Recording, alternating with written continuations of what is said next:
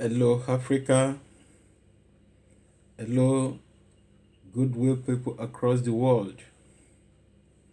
My brothers and sisters in Nigeria. I'm using this golden and wonderful opportunity to express my great concern about the recurrent nature of xenophobic attack on Nigerians and other Africans in South Africa. But before I proceed on, I would like to use this opportunity once again to introduce myself. This is your boy, Dr. 96, aka The Realist. There's nothing better than being real to yourself. Be real to yourself and be your own source of happiness. Never depend on any source to motivate your happiness. Rather, let your happiness resonate from within you. This is your boy, Dr. 96, aka The Realist. I'm directing this message to Nigerian government because if not for the wrong system we have on ground in Nigeria, if not for the sake of misfortune leaders, there will have been no cause for Nigerians to be maltreated across the world. It is so annoying and disgusting that ordinary South Africa are killing Nigerians and our government could not do anything reasonable, at least to protect the lives of Nigerians in South Africa. There has never been a time in the history that Nigerian has maltreated South Africans in Nigeria. Rather, during the times of struggle, during the times of wilderness in South Africa, during the time of apathy, Nigeria sacrificed physically, financially, and emotionally to free South Africa from bondage. And I don't think South Africans are rewarding Nigeria the best way. They ought to have appreciated our good efforts and gesture. But I don't blame them. I think when we have leadership system that do not put the citizen before themselves, I think this is the result. Nigeria are not just dying in South Africa alone. Nigerians are dying across the world. Many Nigerians have lost their lives in the Mediterranean Sea. Some are dying in the deserts on their way to Libya. But I want to narrow this video on the xenophobic attack in South Africa and the response of Nigerian government. To me, the response from Nigerian government to what is happening to Nigerians in South Africa, the response is just too casual. It shows the lackadaisical nature and attitudes of our leaders, the carefree natures of people whom we have appointed to be our leaders. Because in instances like this, I think the leaders are supposed to be raising their voice. By now, I expected Nigerian government to have issued some sanction to South Africans in order to caution them to prevent such occurrences in future. Within the span of 2-3 years, there have been recurrent incidents of xenophobic attack whereby South Africans will just wake up overnight and start killing Nigerians for doing nothing. If at all some Nigerians are engaging in illicit acts, I think there is a justice system on the land. Why are they taking laws into their own hands? Nigerian governments are protecting the investment of South Africans in Nigeria. And on the reverse side, the South Africans are killing Nigerians and they are destroying their business down there in South Africa. For how long are we going to endure this? If Mr. President's sons or daughter is among those who have been killed in South Africa, if our senators and other lawmakers' children are among those who have been maimed in South Africa, if the children of our governors are among those who have been killed in South Africa, would they have been quiet like this? This is uncalled for. We should raise our voice collectively, and the best person, the best authority in the right position to do this is the government of Nigeria. Let Nigeria governments issue sanction, serious warning to South Africans, to their government, that they must ensure that the lives of Nigerians in South Africa is protected and safe and secure, for their image and business in Nigeria to be safe and protected. Action and reactions are equal and opposite, and whatever you want from someone, you should replicate it, you should reciprocate it. We can't be protecting South African business, we can't be protecting South African interest in Nigeria, and our brothers and sisters are dying in South Africa. They are dying just like animals. Even in some cases, animals are even given humane treatment. I can just imagine someone is walking down the street and a mob just gathered him, set him ablaze, or just macheted him to death. This is completely insane. The action of South Africans against Nigerians and other Africans living in South Africa is completely barbaric, insane, archaic, outdated, and highly uncivilized. South Africans are committing highest crime against humanity, killing people unjustly, killing people for no just reason. And Nigerian government is keeping quiet. Nigerian government is keeping mute. We allow our killers to be thriving in our home country. I don't know the kind of government, I don't know the kind of leadership system we have in Nigeria, for goodness sake.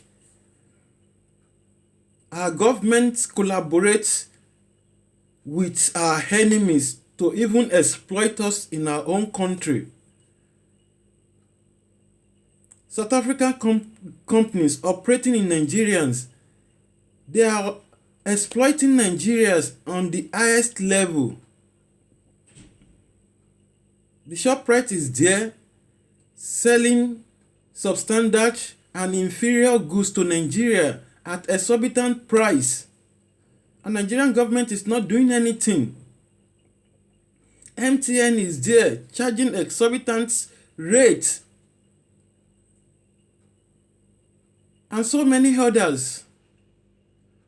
I don't really know if it is a crime to be a Nigerian, if it is a crime to be born in Nigeria. For how long are we going to remain in this bondage? We are not safe in Nigeria. We are not safe outside Nigeria. And I don't really blame them. I blame the youth who do not know their left from their right. The youth who are sabotaging and destroying their own future, destroying their own destiny. During the last election, there are various independent campaigners expressing their views why Nigerians should vote for a young and vibrant and intelligent leaders. The youth remain adamant. They don't take the cognizance of these valuable advices given to them. They ended up voting for a leader who could not defend them within their country, not to talk of outside. This is really disheartening. It's disheartening. It's disheartening. I don't know. And we are the only one, the young generation, we are the only one that can defend ourselves through our own positive initiatives. Police are killing Nigerians youth in Nigeria. Nigerian youths are dying across the world. Nigerian youths are in prisons across the world for little or no offenses.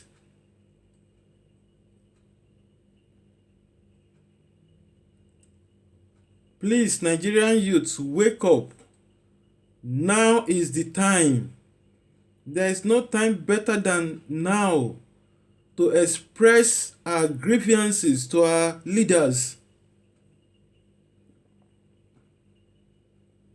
If not for mismanagement and corrupt leadership structure in Nigeria, what is South Africa compared to Nigeria in terms of economic strength? Nigerians are across all over Europe, America, Canada, Asia, struggling to meet up ends meet just because their country is not conducive. Nigerian intellectual properties are being dishonored across the world. We have master's degree holders, PhD degree holders who are Nigerians living in Europe, America, and Canada, doing substandard job that do not even befit of an unskilled laborer. Just for the fact that there is no place to call a home, there is no country to return to. This is becoming highly unbearable. I'm not happy. I don't want my children to come and face what I'm facing today. I don't want the next generation to come and suffer what we are suffering today. That is the reason why we have to rise up on our feet and say no to this oppression once and for all.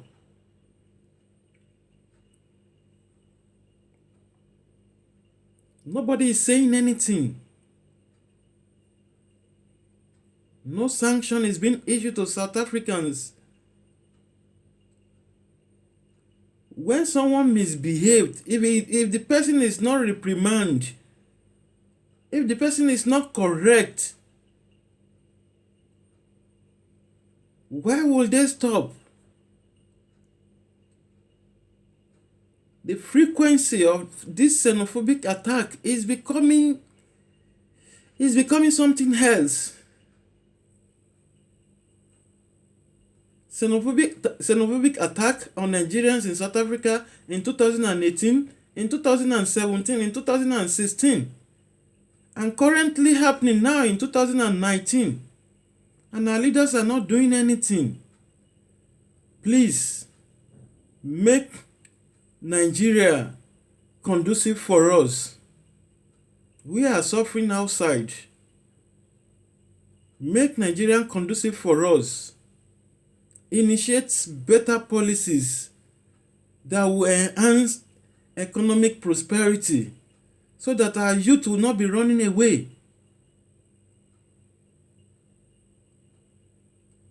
Please, for the sake of humanity, how do we encourage Nigerians in South Africa to return home when their own country is not even safe? When they are not even safe in their own country? When you ask an average Nigerian that what is the essence of suffering outside, they will tell you that at least it is better to suffer outside. At least they can still eat. They can still afford basic necessity of existence rather than returning to a country that do not even guarantee a meal per day for them. This is shame. And our leaders are living opulent life. They are living extravagant lifestyle. Please, Nigerian leaders, remember, God is a God of vengeance. Everyone that makes life unbearable for others will suffer in this life and hereafter. His generation will suffer. God said that He is going to ask the sin of a man from the first generation up to the fourth generation. Our leaders, you should all remember, you all have children, and you are not going to be in this life forever. To avoid nemesis, to avoid vengeance of God on you and your children and your household, our leaders, I'm talking to you right now. Please do what is just, do what is right. Make Nigerians safe for Nigerians. Make our home safe for us. Nigeria is blessed in terms of natural resources, human resources, anything you can think of. God has specially blessed Nigeria. Why are our leaders cursing us? Nigerian leaders, please, for the sake of posterity and to avoid vengeance of God, please defend Nigerian youths, defend Nigerians, initiate policies that will make Nigeria conducive for Nigerians, provide jobs, stop using our collective wealth to furnish your extravagant lifestyle. Stop using money that is meant to build roads and industries to buy personal private jets, to build luxurious homes, to buy properties in Dubai and across the world. Material things are vanity, and the best investment is an investment in human being. Invest in Nigeria and invest in Nigerians so that we will be secured. This is just my own contribution. This is your boy, once again, Dr. 96, aka the realest. Nigerian government need to be real.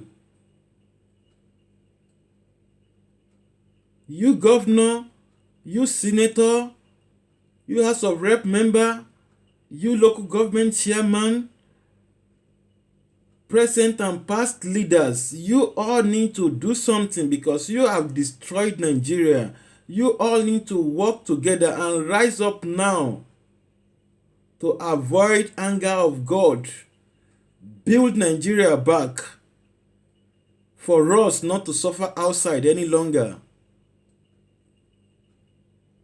Thank you. Please, I encourage every Nigerian who by chance or peradventure or perhaps come across this video, please like and share, to share and spread the news until it gets to the right authority. God bless you. Thank you. Peace.